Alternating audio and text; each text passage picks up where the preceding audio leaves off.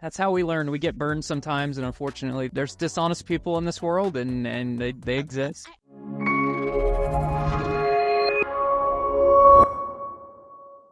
We've had people conveniently omit stuff and then come to us. We did one, our mutual friend Josh did this for us. He ultimately ended up getting screwed out of that deal. They didn't pay him, and they didn't mention that their aunt had kids. They said no, aunt didn't have any kids. She wasn't married, didn't have any kids. Well, day before closing, after we finally probated 2 estates of other family members, it comes out that my attorney said, hey, I need a copy of aunt's obituary just to have in our file for the title underwriter. I said, sure, no problem. So we went and found the obituary. So-and-so was survived by 3 kids. And I called the lady that we were dealing with. I was like, you told me she didn't have any kids. Now this is a problem. We can't close tomorrow because she did have kids. And now we have to find all of these kids and probate her estate. And she got mad and then found another attorney behind our backs and another investor that missed that and wasn't as thorough as my guy.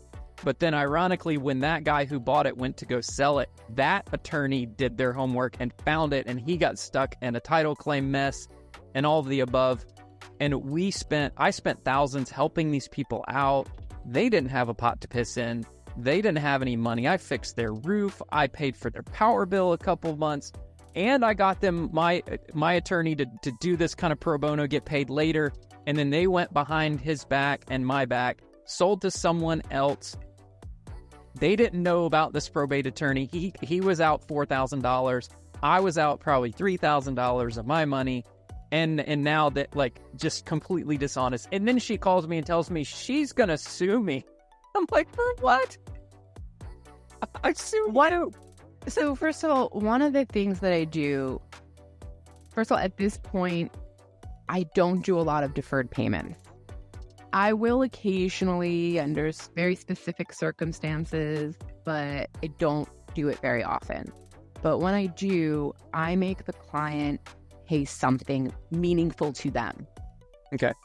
And I tell them this.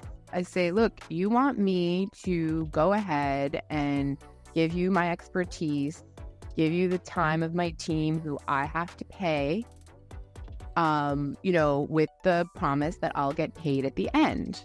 Now, in my experience, when people have no skin in the game, they are often not very motivated. Nope. And they're not great to work with. So I need you to put up something meaningful. And listen, for some people, it's $500. I had one family that would come and pay me $200 every 2 weeks. And they did it. And they were amazing to work with.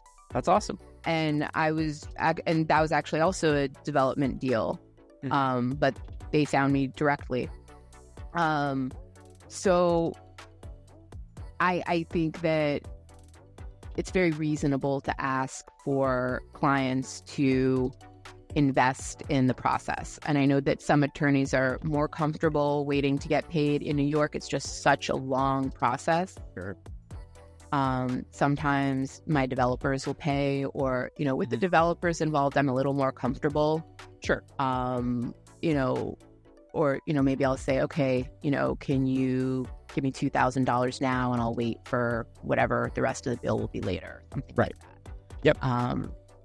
Yeah. And I won't advance filing fees, which in New York, if you're selling a house, is going to be $1,250. That's just the filing fee to the court. Gotcha.